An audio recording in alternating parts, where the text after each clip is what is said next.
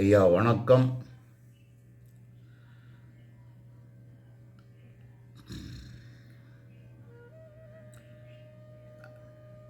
வள்ளலார் அருளிய தெய்வமணி மாலை 28வது பாடலை பார்க்கிறோம்.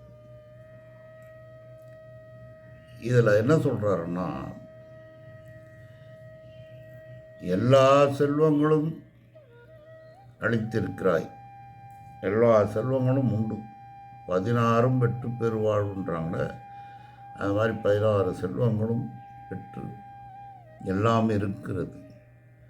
ஆனால் உன் உன் பதத்தில், உன் பாதத்தில் எந்நேரமும் கலந்து நான் தியானத்தில் உன்னோடவே இருக்க வேண்டும் என்றது கேட்கிறார். அவருக்கு இன்னும் கொஞ்சம் நாள் தள்ளிட்டு போகிறதுனால அந்த இருக்கிறது கூட அவருக்கு கஷ்டமாக இருக்குது. எப்படா போவோம், எப்படா ஒரு எல்லாம் வந்துடுச்சு, பாஸ்போர்ட் எல்லாமே வந்துட்டு கிளியர், அவர் ஃப்ளைட் பண்ண வேண்டியது தான். அதுக்கு அந்த ஏக்கம் அவருக்கு, எப்போ போகணும். இது ஜென்ரலாக நமக்கு கூட ஏற்படும். ஒரு இடம் போகிறோம், ஃபிக்ஸ் பண்ணிட்டா நாளைக்கு போகிறோமா, இப்படி வரணும், அந்த மாதிரி அவருடைய ஏக்கத்தில் தான் அதெல்லாம் சொல்கிறது. இந்த பாடலில் நீர் உண்டு பொழிகின்ற காருண்டு, விளைகின்ற நிலன் உண்டு பலனும் உண்டு, நிதி உண்டு துதி உண்டு மதி உண்டு, கதி கொண்ட நெறி கொண்டு நிலையும் உண்டு. தண்ணீருக்கு நீர்நிலைகள், பொழிகின்ற காரணம் அப்பப்போ மழை பெய்து நல்ல வளம் இருக்கிறது.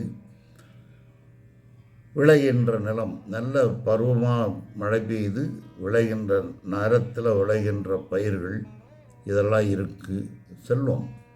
நிதி உண்டு, அதுக்கு வேண்டிய போதுமான பொக்கிஷம், பணம், வசதிகள் உண்டு.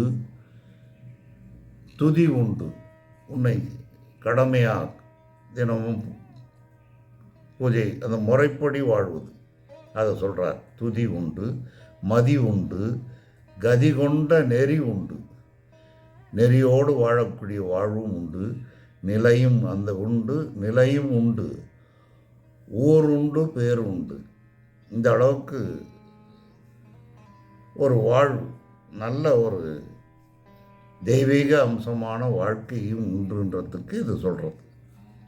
உண்டு, ஊர் உண்டு, ஊர் இருக்குது, ஊர் நம்மளை போற்றுது. மணி உண்டு, பணி உண்டு, உடை உண்டு, கொடை உண்டு. கொடைன்னா தானம் தர்மங்கள், கேட்குறவங்களுக்கு தானம் பண்ணுறது. உண்டுண்டு மகிழவே உணவுண்டு, வேலைக்கு இது மாதிரி கண்ட சாப்பாடு. உண்டுண்டுமுன்னா அரை வயிறு தான், ஆனால் ருசிக்கக்கூடிய தெள்ள அமுது அப்படின்னு சொல்கிற மாதிரி, அந்த மாதிரி அமுது உண்டு வாழ்வது, நோயற்ற வாழ்வுக்கு. அந்த மாதிரி அதுக்குன்னு சாப்பிட்டு பொதி மாடு மாதிரிலாம் இல்லை. உண்டுண்டு மகிழவே உணவுண்டு, சாந்தம் ஒரு உளம் உண்டு. சாந்தமான மனம் நமக்கு உண்டாகி இருக்கிறது, அதுவும் இருக்குது. சாந்த மனம் உண்டு, உளம் உண்டு, அந்த உள்ளமும் உண்டு. வளம் உண்டு, எல்லா வளங்களையும் உண்டு. தேருண்டு, கறி உண்டு, பறி உண்டு. அந்த காலத்தில் இப்போ காரு, வெரைட்டி ஆஃப் கார் வச்சுருக்கோம். அந்த மாதிரி அந்த யானை, குதிரை, பசு, ஆடு, இது மாதிரிலாம் ஒரு தேருன்னா கோயிலில் இருக்குது. தேர் மட்டும் கிடையாது. தேருன்றத அந்த காலத்தில் கார் மாதிரி 2 சக்கரம் போட்டு தேரை வச்சுருந்தாங்க. 4 சக்கரம் போட்டு தேர், அந்த குதிரையை கட்டி ஓட்டின்னு போவாங்க, மாடு கட்டியும் ஓட்டின்னு போவாங்க. இதெல்லாம் போக்குவரத்து வசதி, அதுவும் உண்டு. செல்வங்கள் யாவும் உண்டு, எல்லா செல்வங்களும் எனக்கு இருக்குது. தேனுண்டு வண்டுரு கடம் பணி புரியும், நின்பத தியானம் உண்டாகில். தேன் உண்டுனா தேனை கொண்டு வந்து அந்த தேனீக்கள், அந்த வண்டு தேனை எடுத்தான் சேர்த்துக்கும், அதையும் சாப்பிடும்.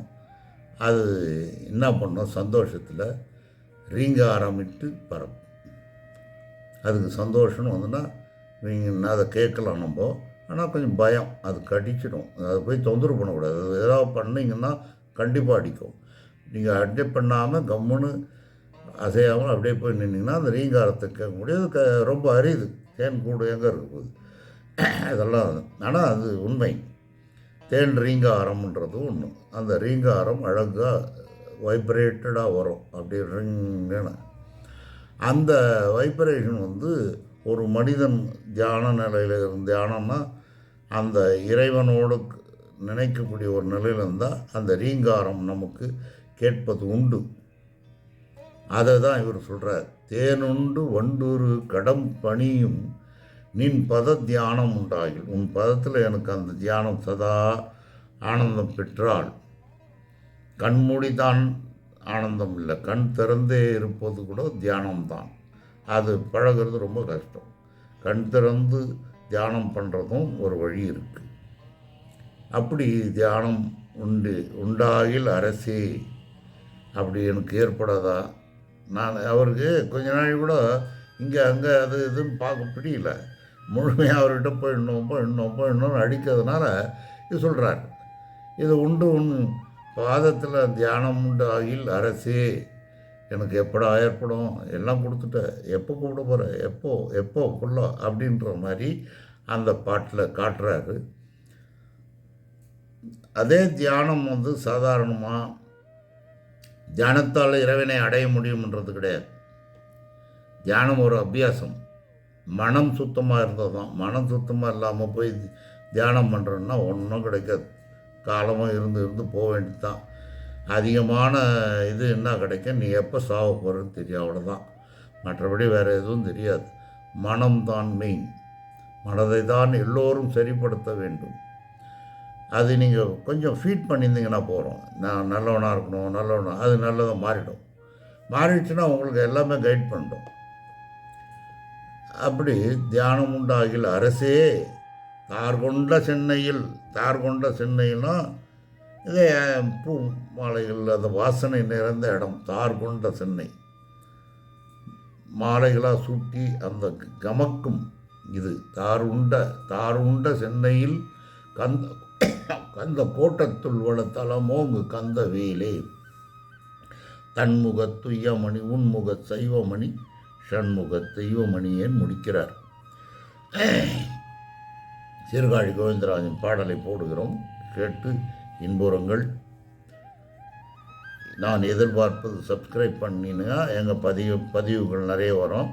உங்கள் கமெண்ட்டுகள் முக்கியமாக தேவைப்படுகிறது. வணக்கம். அடுத்து பார்ப்போம்.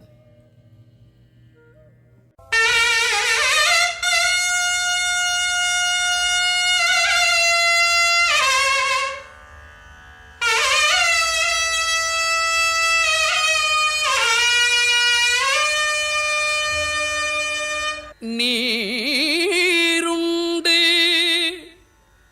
பொழிகின்ற காருண்டு விளைகின்ற நிலனுண்டு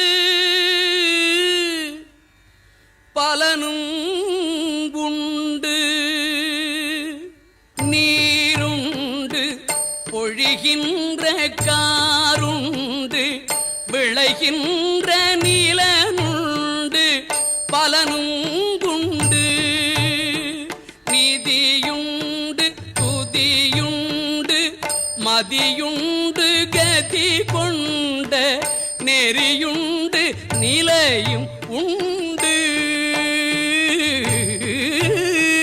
நீருண்டு பொழிகின்ற காருண்டு விளைகின்ற நிலனுண்டு பலனும் உண்டு.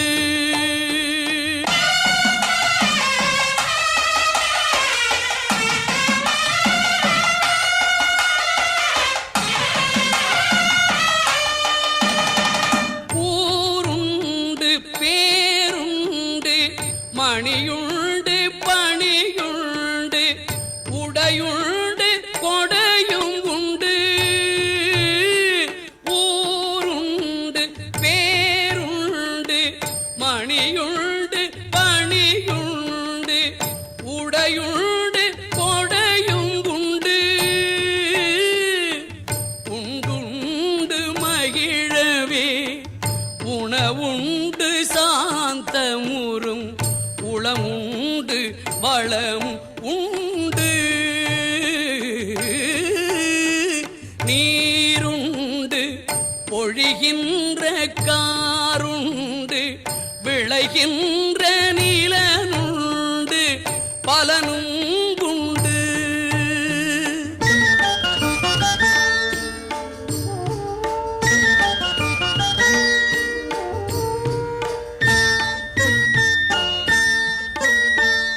தேருண்டு கரியுண்டு பரியுண்டு மற்றுள்ள செல்வங்கள் யாவும் உண்டு. தேருண்டு கரியுண்டு பரியுண்டு மற்றுள்ள செல்வங்கள் யாவும் உண்டு. தேனுண்டு வண்டொரு கடம்பணியும் நின் பத ஞானமுண்டாயில் அரசே. தேனுண்டு வண்டொரு கடம்பணியும் நின்